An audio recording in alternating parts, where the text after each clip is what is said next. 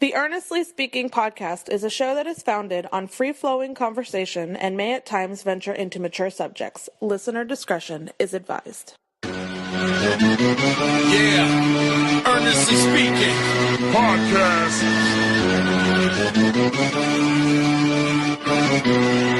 Let's get it. I'm a giant in New York, in Miami carry heat. So much more in store, my product can flood the street. Opinion Nation Godfather, CEO. Huff in the late 90s, gon' see me blow. Oh. Got my hustle on, no imitation of that. Army of untouchables, Opinion Nation staff. Never an off season, homie, check the numbers. Heart throbbing my own right, supplying southern comfort. Earnestly speaking, my ego is well fed. Earnestly speaking, you're too feeble and no threat. See, I'm like a hurricane, you're a mild breeze. Earnestly speaking, leaving Eli a dynasty. Shake!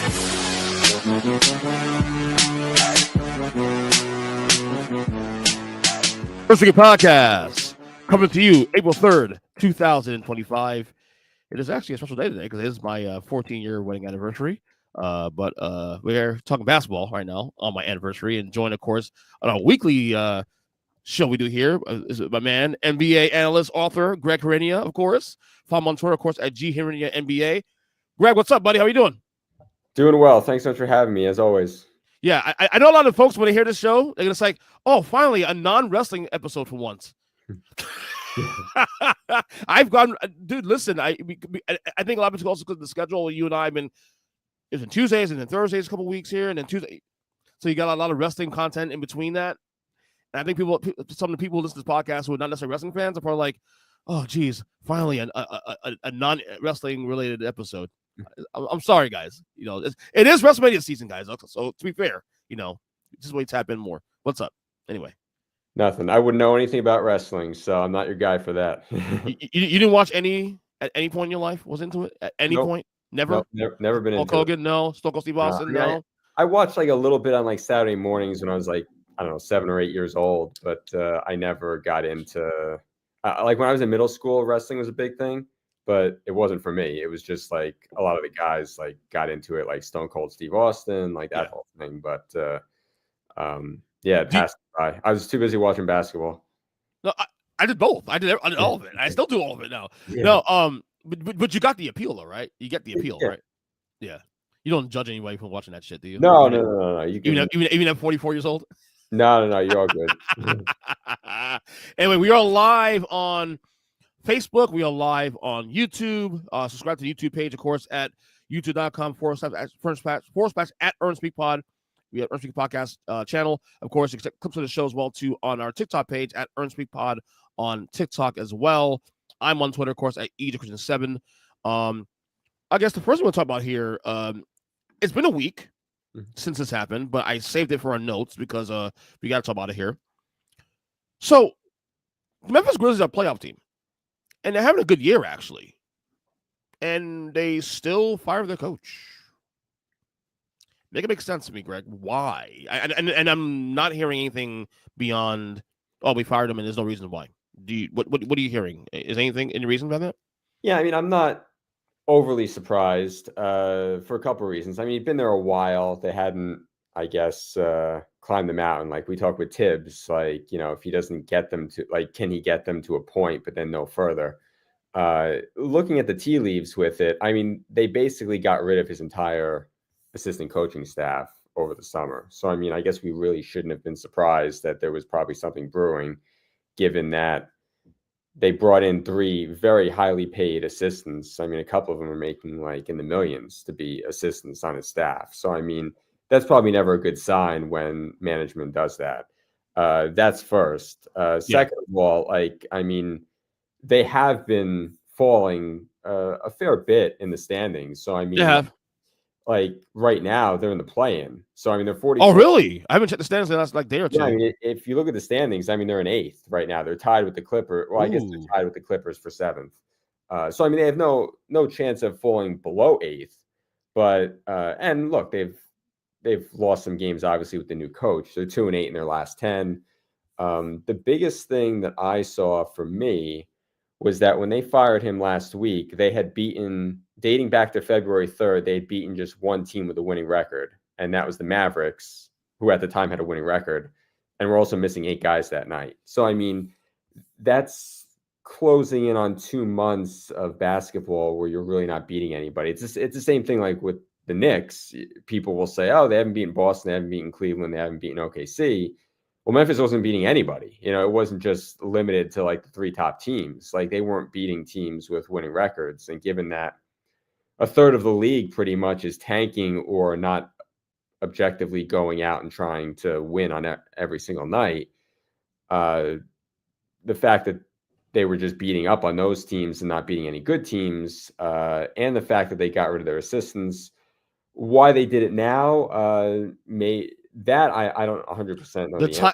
I think that the issue I have is the timing of it. It's not so much the firing. You want to fire the guy in the year, or even early in the year before the trade deadline, go right ahead.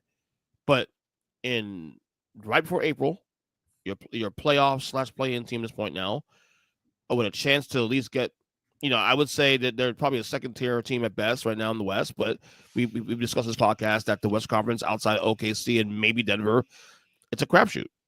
So not to say that they couldn't get back into the conversation if they get a break here or two, but to fire the guy now, I think is a little suspect. And the first thing I came to mind was that, okay, they fire him now. Maybe it's an internal situation. Maybe it's like an Ime Udoka. Not saying that necessarily like same situation in terms of that, but maybe it's an internal thing that they made a decision based on just something outside of basketball.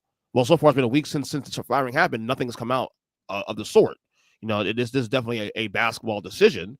So it doesn't make any sense to me. And they're still playing like crap. And on top of that, he's doing this. They lost 8 or 10 games, lost 4 in a row, but they also didn't have Ja Morant for a good stretch of that game, those games too. Also, so I don't know. That to me, it has to be an internal situation, but I don't know. It just looks really weird. Well, I mean, internal, I would say probably yes, but more related to basketball, nothing nefarious. It's probably just Ja Morant didn't like playing for him, or maybe a bunch of the guys didn't like playing for them. Maybe the GM got wind of that, and it's like we're already trending in this direction. And if guys aren't happy now, let's try and make them happy before we run into a problem over the summer if we flame out in the first round, which is probably where they're headed. Although, I mean, look, if they wound up with the 7th seed and played Houston in the first rounds, like, that's not a bad matchup for them. I mean, I'll be honest with you. I might still put Memphis as a slight favorite in that series. Yeah, exactly. So, I mean, like, I'm not throwing away the if rest. They're healthy, of course. Yeah, I'm not throwing away the rest of their season. I mean, it's ironic that, like, the last game they played, Ja had probably the best game he's had all year. I mean, 14 of 22 shooting, 36 points. They lost to Golden State in a high-scoring game, but, like, his shooting, like, his numbers when he plays have been down a bit. So you're always looking to try and make connections. So it's like, okay, he just had a really good game. They just fired their coach. Like, was there something there? And I'm not saying that I wouldn't even be on board with trying to move him over the summer anyway, regardless of what the coach wanted to do. I mean, like, that's something that I'm sure they're when you're in a situation they're in, they probably consider everything with their roster. But the thing that I thought of immediately was that he and Ja didn't get along, and it was easier to get rid of the coach. And that's why they did it then, because they wanted to try and maybe salvage the season before the playoffs. That's the only thing I can think of. But the timing is certainly curious. So Ja's due for extension, like, I think this summer? Is like he's eligible for a new contract? I'm not 100% sure on his contract. I'm trying to check Sports Track right now, but apparently my internet is not incorporating. At least the site's not covering anyway. I know he signed the extension, 5-year, $197 million extension in 2022, which now you just obviously followed past year 3 now. So yeah, it's got to be at least close to a time to get extended again. I'm sure they're actually considering. I'm not gonna say that it's going to happen. They're going to trade Ja. But given his legal issues in the last couple of years, obviously he's been good this year, so we acknowledge that too also. But you have to figure that because of all that's happened in the past, that they have to they're at least considering all the options here as well. I don't know. Ja has had a good year when healthy. But is it possible that maybe we've reached that ceiling with him already, and that he may not get any better? And then when you add the risk factor with him, now look, he's been good this year, but it's not to say that he couldn't be a problem in years to come. for the franchise. Is that something where like Memphis is like trying to bank on, you know what, his value is high right now. Let's just take what we get from him now and kind of come away this thing clean. Yeah, I mean, he was just investigated by the NBA for doing like an air guns thing with Buddy Hield on the Warriors. So I don't I heard about that. Yeah, I don't know that I would say it's completely clean. I mean, nothing illegal, of course, right? But given what he's gone through in the past, you would think that would sort of be like out of his system, knowing the ramifications of how much money he could lose doing that. I mean, I look at his numbers, and he's a career 32% shooter from three. He's shooting 30% this year. His game is pretty much solely based on athleticism. So I mean, he's Russell Westbrook. Yeah. Essentially. But he's not really been overly available like throughout his career. I mean, right. The most available he was his rookie year. He played 67 games. So, you know, he missed 15 games his rookie year. He missed 19 games his second year, and then it's pretty much been downhill ever since in terms of availability. Like, he's played 46 games this year, each team having 6-7 games left. So, I mean, he's only going to play 52, 53 games this year. He played 9 last year. I mean, he's not overly available. And then when he is, he's not a great shooter. And given that his game is solely, predicated on athleticism, I don't know that that's a guy that I'd want to give like $250 or $275 million or whatever the extension, whatever the numbers crunch out to be. I mean, Dallas traded Luka for less. I was just going to go there. Like Luka, I think again the kind of the Luka situation where like, okay, we're going to sort of come out this thing, whether popular or not in the city, just come out as clean as possible. Yeah, so I mean, if you're looking at other superstar players who might get disgruntled and want to leave, like, he could be a guy that Memphis could say, look, internally, we don't really trust him. We don't know about him going forward, but he's still 25 years old, and he's been an all-star, and he's flashy, and we could sell another fan base or another organization on giving up a lot for him, just given his age and his skill set. But we don't feel comfortable giving him $250 million. And maybe they do. I don't know. I personally wouldn't. But that's just me. I mean, and it's not that he's not a great player. It's just that he's injured a lot, can't shoot that much. And, that's not even taking the off the court stuff. And the risk factor also, when you add those ancillary things around this, the injuries and stuff, is like, okay, well, are we really going to do this? Like, invest? But at the same time, it's Memphis too, also, and they don't, it's not necessarily a draw for superstars either. So you're taking that risk also too, taking a homegrown guy that's made you relevant the last couple of years, and now you may not be relevant again for a long time. So it's one of those things you have to really weigh those options, I guess. Memphis. I would say that they still have a good roster, and this might also tie into why Taylor Jenkins was fired, because like Desmond Bane is a really good player. Jaren Jackson is a really good player. I mean, he's a defensive player of the year candidate. Yeah, but without Ja, what are they, like a 35-win team at best? Without Ja, in the West, especially too, also.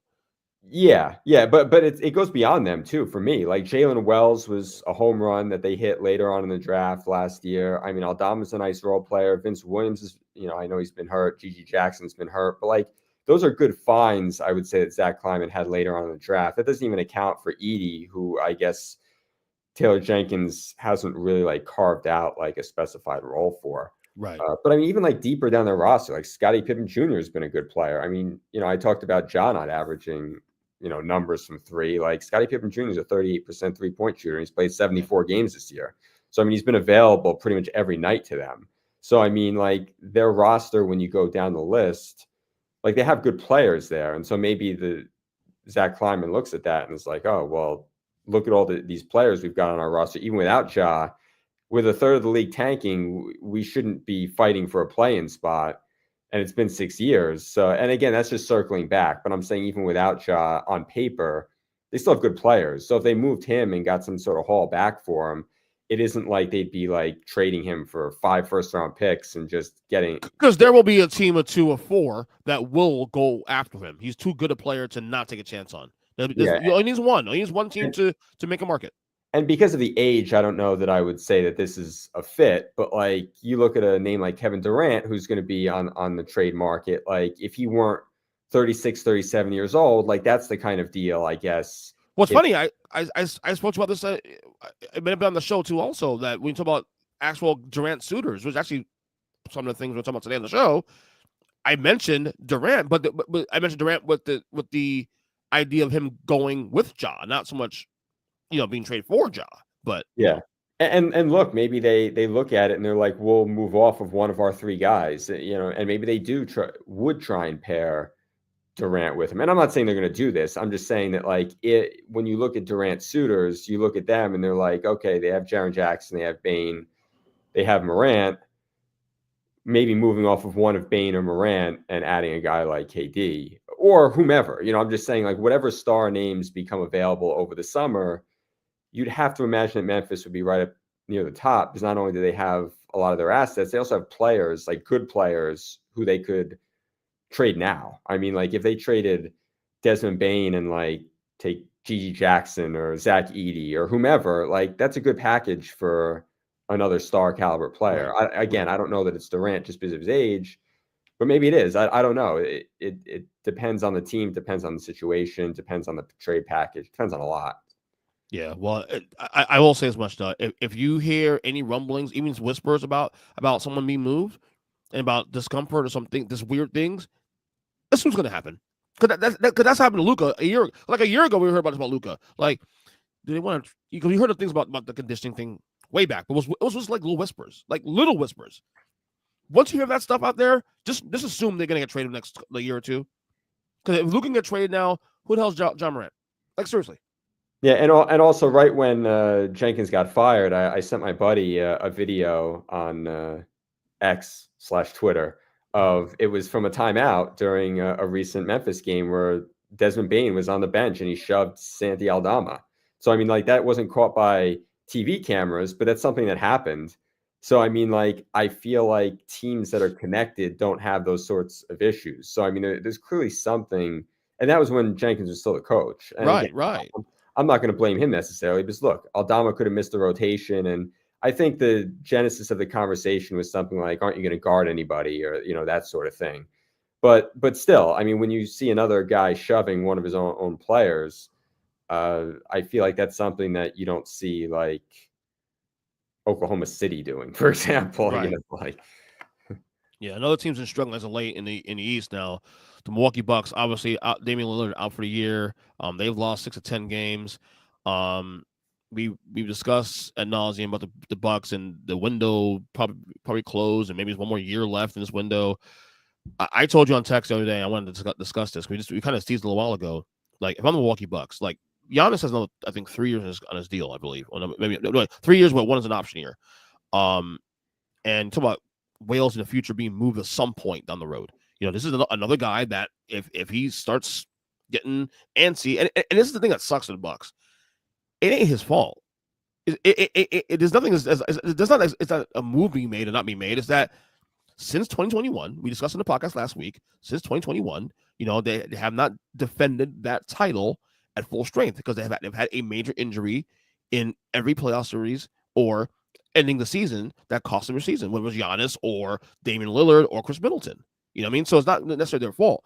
But at what point does Giannis get frustrated? So if I'm the Milwaukee Bucks, and after all this time now, the Boston surpassed them now, Cleveland surpassed them. You can argue New York has, and maybe even Indiana to some degree. If I'm Milwaukee Bucks, I am all in for Kevin Durant this summer. I'm all in. If you can keep Kuzma, but trade Kuzma some pieces. It's a good contract. Bring in Kevin Durant and make this next year or 2 years the window to win another title with Giannis in tow. Because this team currently constructed right now, as they're a good team, they're not good enough to beat the best teams in the East and certainly in the West. So if I'm the Milwaukee Bucks, I am all in for Kevin Durant this summer. Your thoughts? Yeah, a couple things there. One, just a point of order. They haven't actually ruled Dame out for the season, which, I mean, to me, I feel like it would be reckless to bring him back given the issue that he's got. But I mean, even Doc was like, before their previous game, he's like, oh, Dame was working out before the game, obviously not cleared for contact. But it's like, it's blood class. It's all talk speak. You know damn well they're not going to play him for the playoffs. Come on now. Yeah, because I mean, when the playoffs come, I mean, the fact that there's a week off in between the end of the regular season and the start of the playoffs helps. So if you figure there's 2 weeks left, or there's a week and a half left in the season, he's been out probably 2 weeks. Even if you extend it into the first round, you're still talking about him coming back within 5 or 6 weeks of an issue that typically would be like 3-4 months. And I don't know that would play very well if he were to have some sort of, recurring issue with it, the fact that they tried to rush him back. Let me tell this right now to folks right now about that. You can set the Sixers all you want, and that will require them getting past the first round. First off, they're not being New York in the first round of playoffs without Damian Lillard. So let's cut that noise real fast. Yeah, ain't happening. And another point before we even get to the possible trades, I don't know that they're going to be playing New York in the first round, because like right now they're tied in the loss column with Detroit. And they're playing Philadelphia tonight, and Philadelphia is actively trying to lose games. Max, he's out for the year now. Yeah, I know you saw that today. He's out yeah, I did. But I mean, he wasn't going to come back anyway. Like right, they are not going to play anybody who, like, Philadelphia's goal is to lose out the last 6-7 games that they're playing. Yeah. Mm-hmm. Because given that their pick is top 6 protected, finishing with the 5th worst odds puts them in a better spot than 6. Like 6 can very easily drop to 7. So, 5 could drop to 6. I mean, again, not saying they're going to wind up in the lottery, in the lottery. Yeah, right. Yeah. So I'm saying that it's very important for the Sixers to keep their pick, because if it finishes at 7, it goes to Oklahoma City. Like, you talk about an embarrassment of riches. But I mean, the whole reason I brought that up is because Milwaukee's playing them tonight. So I mean, if you figure that Milwaukee wins that game, now you're looking at Milwaukee and Detroit being in a dead tie for the 5 seed, and that becomes interesting because if you look at the schedule, Milwaukee and Detroit close the season playing each other twice. Yeah, Detroit actually lost 2 in a row. They've well, Cunningham hasn't been playing. Yeah, he missed last night. I saw that. Yeah. Yeah, but I mean, 5 is still there for Milwaukee, given that they played Detroit the last 2 games of the season. And again, referring back to my trusty tank schedule. Yes. Milwaukee. We got a name. We got to give it a name for that now on this podcast. Well, I mean, it does belong to Tankathon. So I mean, like, you can just call it the Tankathon strength of schedule. The Gregathon. Maybe the Gregathon. Yeah. Or Hrinya's strength corner. I don't know, some shit. I don't know.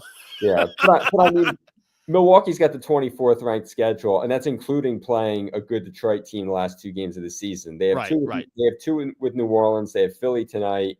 You figure that's probably 3 wins. Then they play Miami, Minnesota, and Detroit twice. So I mean, those Detroit games are probably going to come down to deciding how the division goes. And this is after Milwaukee. Not the division, but the 5 seed. And this is after Milwaukee lost 4 in a row. They finally won a game, but they had lost 4 in a row prior to winning on Tuesday. Well, Milwaukee had been the 4th seed for a good chunk of the season. So, right. I mean, and then the injury happened, of course. Yeah, but I mean, my point is that, like, there's still a world in which Milwaukee plays Indiana in the first round. You know what? I'll give you this. Okay, I'll say as much too also. I don't know if they beat Indiana either. No, so my point still understand no matter what, whether it's New York or Indiana, I don't think they beat either of these teams. I feel like they have a better shot against Indiana because I don't think that Indiana is going to play a tremendous amount of defense. So I feel like they'll still be able to score against Indiana. I think that's a more competitive series. I think as long as the Knicks have Brunson back, that's not really a good matchup for them. I mean, not that there is a good matchup for them, but I would just say that if I were them, I'd rather play Indiana. But I mean, good luck replacing 25 points a game, though. I mean, in the playoffs, I mean, you need that. Yeah, no, it's going to be tough, and that's where that gets difficult. But I mean, going back to Durant, right. I don't know what they could offer for Durant that would make that deal work, because I don't think they don't have the draft capital to move in a trade like that alongside Kuzma plus. I've been involved on 3rd team in that deal, most likely, number 1. Yeah, but I also think Phoenix wants to get out of that contract. Oh, it's a 1 year. It's actually an expiring deal. So yeah. Yeah. So I mean, I guess if you're factoring, if Durant said, "Look, I want to go play with Milwaukee," I guess there is a world in which they could make that work, because if you trade Kuzma and then a couple other salaries, although I don't know if they have a tremendous amount of salary actually on the books next year outside of Phoenix? No, Milwaukee. Okay. So I'm looking at like who they could. Obviously Dame is $60 million is there, obviously. Yeah, so Dame is there, Giannis is there, and Kuzma's there. But I mean, like, you look at Gary Trent, you look at Taurean Prince, like, those guys signed minimum deals, basically to come play alongside Giannis. I think Lopez might be a free agent. Don't quote me on that. But I mean, just as far as like assembling salary to make that work, they'd have to find another $25 million on their roster. Plus, I think that they'd need to trade a couple draft picks. I don't know if they have a couple draft picks to trade. I think that they have the 2031 pick. No, well, I'm going to quote you. Lopez is a free agent after this year, so that's off the books. So you have next year committed. So for next year is Lillard, Giannis. Kuzma's deal is actually going to be the one you got to move because that's 20, and it's actually a nice sliding down contract at $22 million. So that'd be a nice little value for a team there. Bobby Portis, I think, has $13 million, but I think that's a player option. He's probably going to opt in that. Maybe not. Maybe we won't opt in that. Who knows? No, they actually okay. So they're committed right now, guaranteed 50-50, 22. That's what? That's 122, 130. They're committed to about 100 and it says 164 million, but that's also including the player options as well too. So yeah, I think that's there's space there. There's space there. There's some space there. Yeah, it's like cap holds and things of that. Right. There's some space there. I think they can look, here's the bottom line. They can make it work. They can make it work for Kevin Durant if they really want to. And honestly, if the goal is to keep Giannis happy, because again, his game does not age well.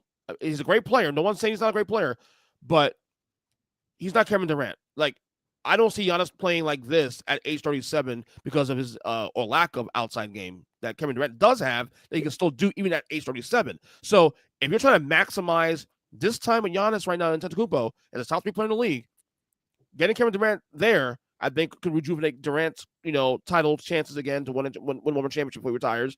And I think it extends Giannis's and Dame's also window here for another 2 years. Yeah, I mean, to your point, I think that any team trading for him, there has to be pause there just because in 3 years, it's not like you can just rely on him for jump shots. His game only works when he can play like a bull in a china shop and get to the rim and dunk. And you mean Giannis, right? Giannis, yeah. But again, having a KD, having Dame also too now is going to take a lot of pressure off of him though. I mean, I think KD could play till he's 45 years old. I agree so too.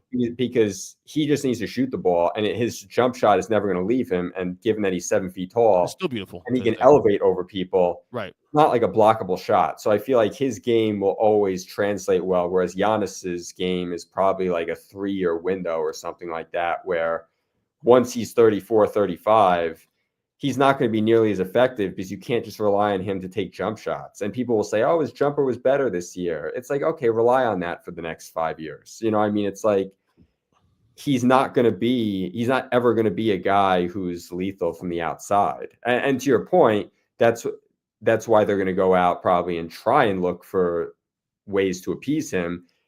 But I will say too, for Giannis, like every move that they have made pretty much has been at his behest. And not that the Dame move was a bad move, but I mean, like there's a reason why he signed that extension right after they made the deal. He didn't even have to do that, but they went out, they got him help that he wanted. Mm-hmm. So he signed the extension as a thank you to them for getting rid of Jrue Holiday. He can make it sound like whatever he wants. And people at the time defended Jrue Holiday and, they shouldn't have made that move. Like Jrue Holiday is the 5th player on Boston. Yeah, and Jrue Holiday only works on a team like Boston. Like Jrue Holiday goes to Portland or says Portland, no one gives a shit. Like what are you doing here? Giannis needed guys who could help him on offense, who could help create for him. Jrue Holiday could not go out and get them 20 points a game. Right. Dame has had games where he scored 40 points. They basically traded offense for defense. Yeah.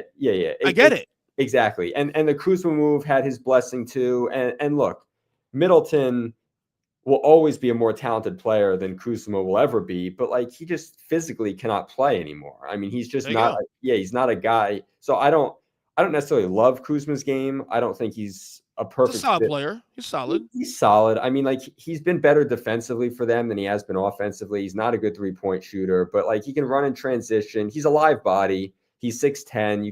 He can pretty much guard anybody. Not that he's like not that he's Lou Dort, but he's a guy who is capable defensively, who will give you effort defensively, who can get to the rim, who can score around the rim. He's not great, but given that Chris Middleton really can't play anymore, he was as good as they could do with the deadline to try and improve their team this year. Yeah. Well, like I said, if you're the Bucks, you want to extend this. I don't think it'll cost much other than extending Durant another 2 years. Basically, give him a copycat of the Jimmy Butler contract they got in Golden State, and you're good to go. I think to be fine. Yeah, I mean, every move. One thing I want to know: every move they've made has been for Giannis. So I don't doubt that this summer they're going to try and explore every possible avenue to try and have. That's what it should be doing. And then I think Durant is the next piece. I think the reason I say Durant because Durant is the most reasonable one because Durant is. I don't think it's going to cost as much because Phoenix is looking to move away from that contract anyway. So yeah, and one more thing on Durant. I mean, Shams had a report. I guess it was yesterday or the other day of just teams that would be rumored to be in the mix.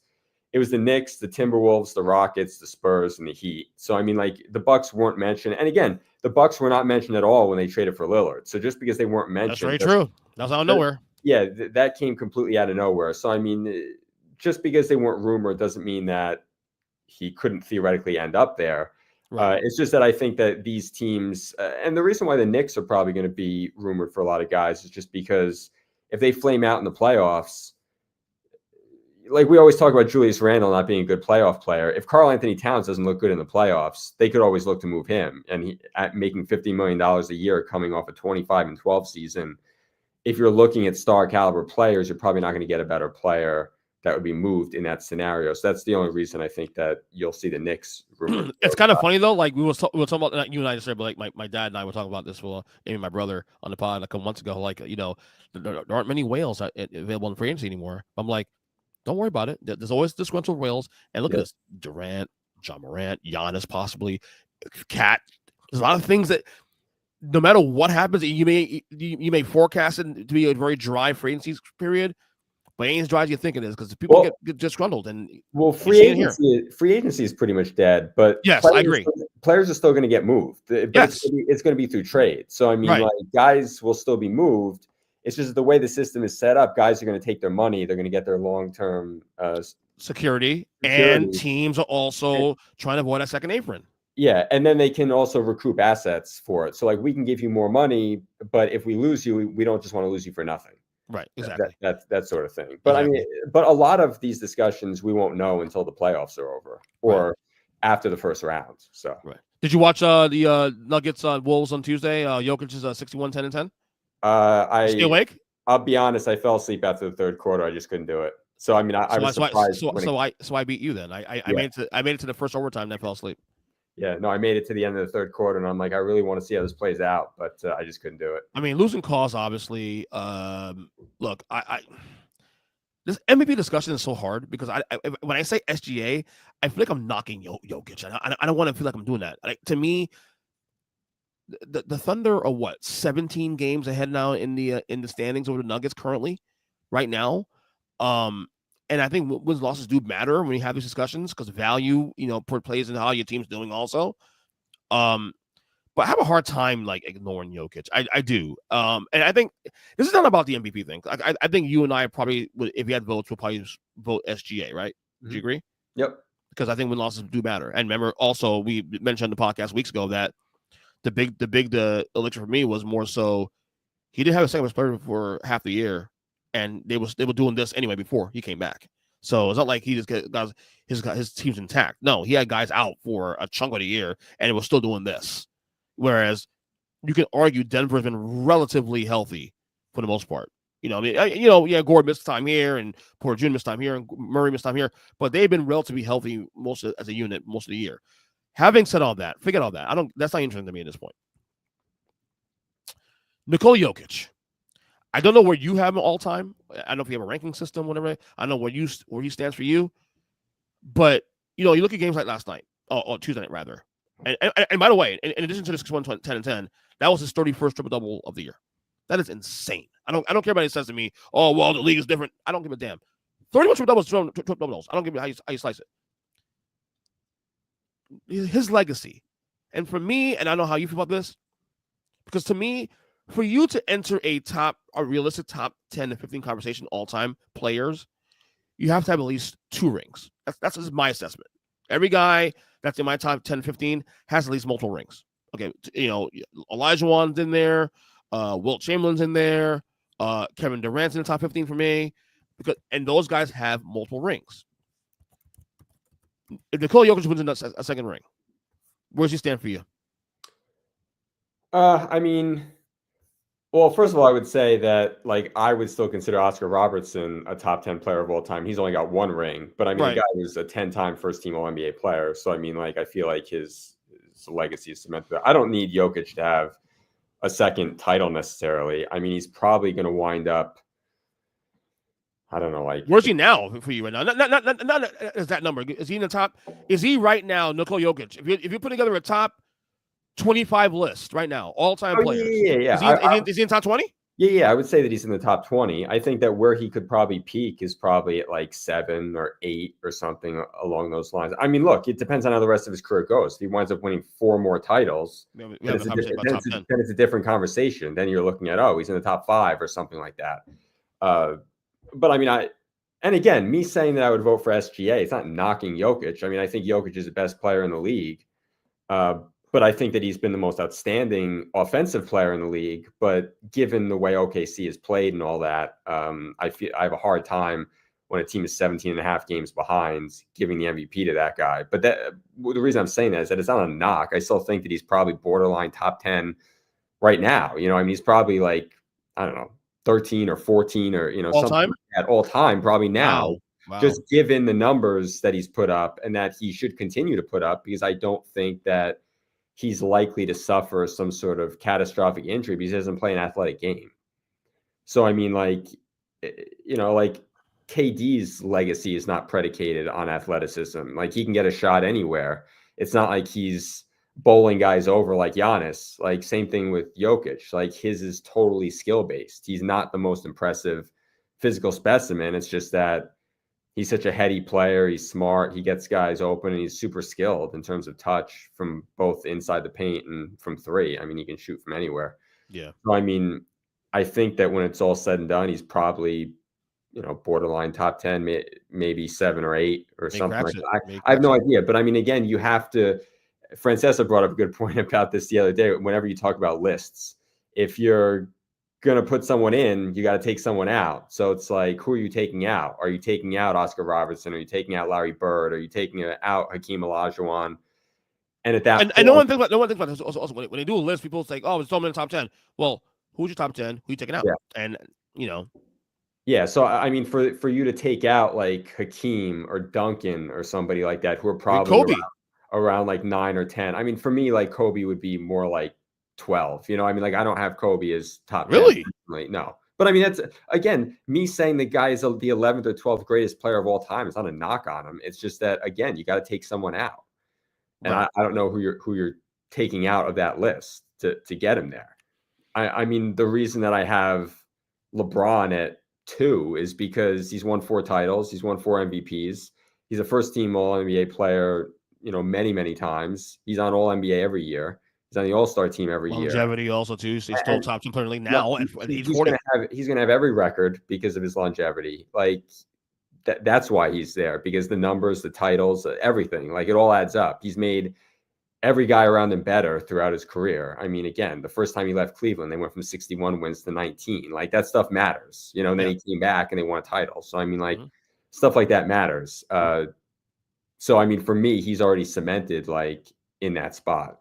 Right. But, Jokic, I feel like there's still more of the story to tell because we don't know if he'll win another title or not. I mean, I got to find my brother about this morning on text because he was saying that he couldn't do he couldn't put him in the top all-time great yet because he's a bad defensive player. I go, yeah, I get what you're saying there, but the problem is though, he's so good offensively, he stacks on that side of the ball that I'm okay with the defensive lapses. You know, okay? It's one thing to be a good offensive player and be bad on defense, like let's say who's a good example of that? That's someone that's bad on defense one way, but also good, really good on the other side of the ball. Nikola Jokic is not just really good on the side of the ball. He's as probably one of the most elite players on that side of the ball we've ever seen play this game. Yeah, that's a separate argument. He might go down as the most offensively skilled player of all time, but I mean, again, that doesn't diminish the accomplishments of other guys, and it automatically doesn't put him at number 1. I mean, there's a lot that goes into those rankings. Team success goes into it. Defense goes into it. Like a lot goes into that, but just based on his offensive skill, I mean, he's a tremendous. And that's not that guy's a stiff on defense. He's not stiff. He's actually improved. He's not better. He's not Olajuwon or Wilt, but dude, he has improved. Yeah, he's improved. And I mean, like, his metrics, and again, like the stat nerds always love to look at his deflections. He's top 5 in the league in deflections, or in things that sort of make it look better. But it's like, look, when you watch the games, there's a lot of Olay on defense. And again, it's not every game, but I'm just saying that, like, he's not a defensive stopper. Let's not try and use analytics to make him Rudy Gobert all of a sudden. But again, I think that a lot of his story will be told, because if he doesn't win another title, then that's probably not going to push him into the top 10. But if he winds up winning 2 more titles and another MVP or 2, then it'll be undeniable that he's got to go into the top 10. So, I mean, he's still young enough that we still have to wait and see how it plays out a bit. Right. All right. Another conversation this week in media I want to touch on with you. We don't talk a lot about, like, legacy stuff, really. We touch on with LeBron here and there, but not much. We tend to focus a lot on the current product. But interesting conversation here going on in media that was, I think, started with Draymond Green, actually, and then it's making the circles now throughout, ESPN and other like publications. Better career, Dwyane Wade or James Harden, in your opinion?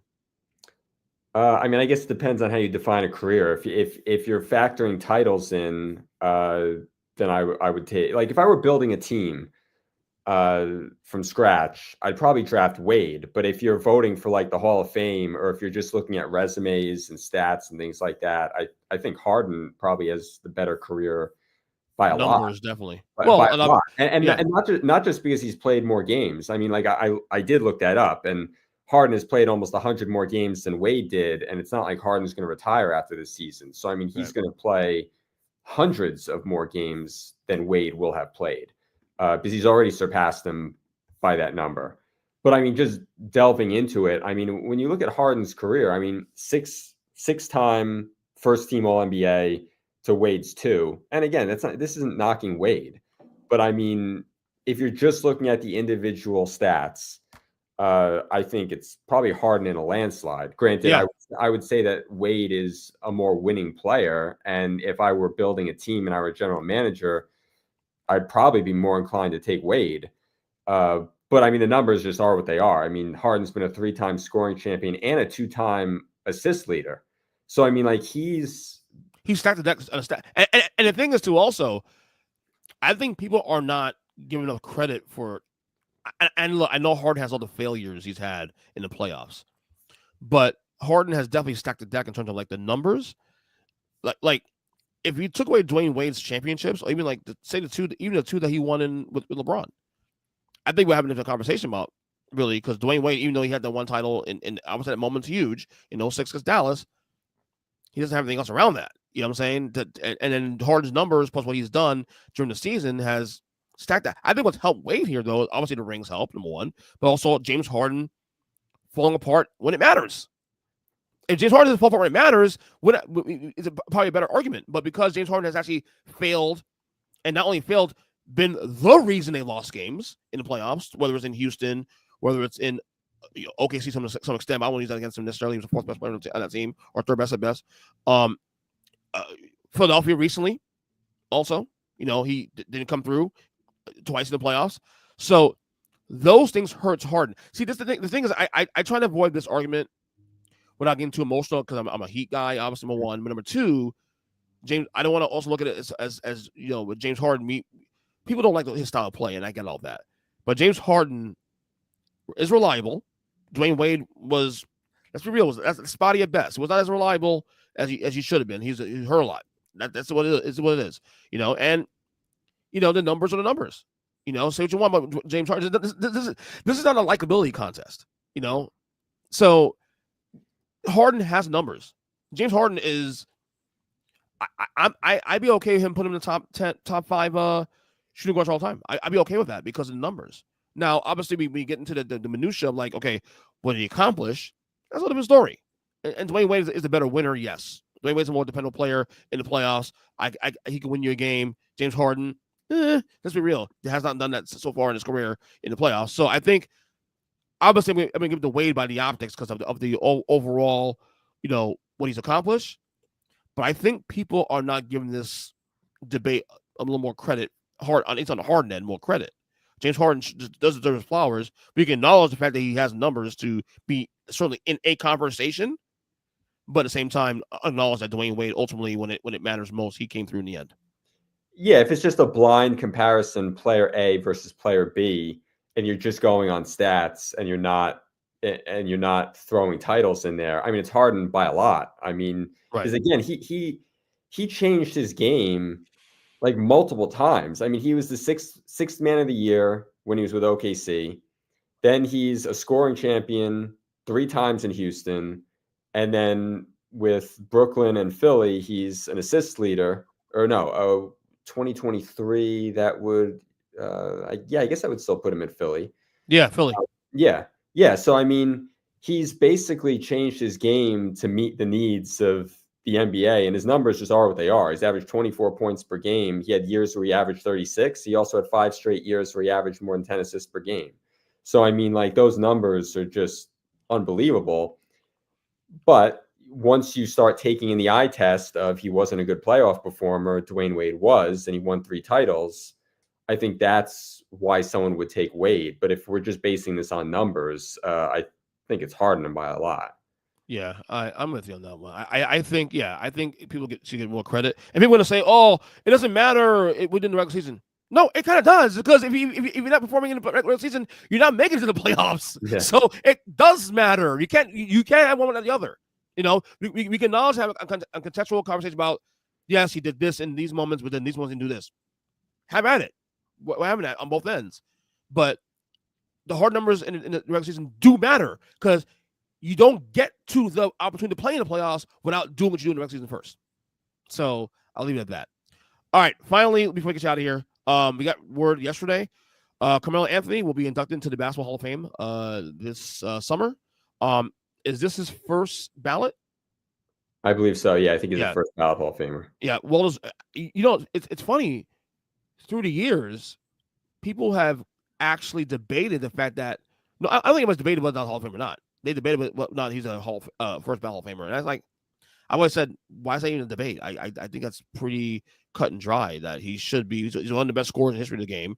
He may not like the decisions he's made, and obviously the many rings, but the Hall of Fame is an individual award. It's not about team success. Like, if we're going to do the whole ring thing, then why the fuck is Robert Horry in the Hall of Fame yet? Yeah. What are we doing? Like, what are we doing? Yeah, so, and that's the one thing I always used, like, with the Jordan and LeBron debate. It's like, okay, like, if we're just basing this off rings, well, then why doesn't Robert Horry enter the conversation, like, with his 7 rings?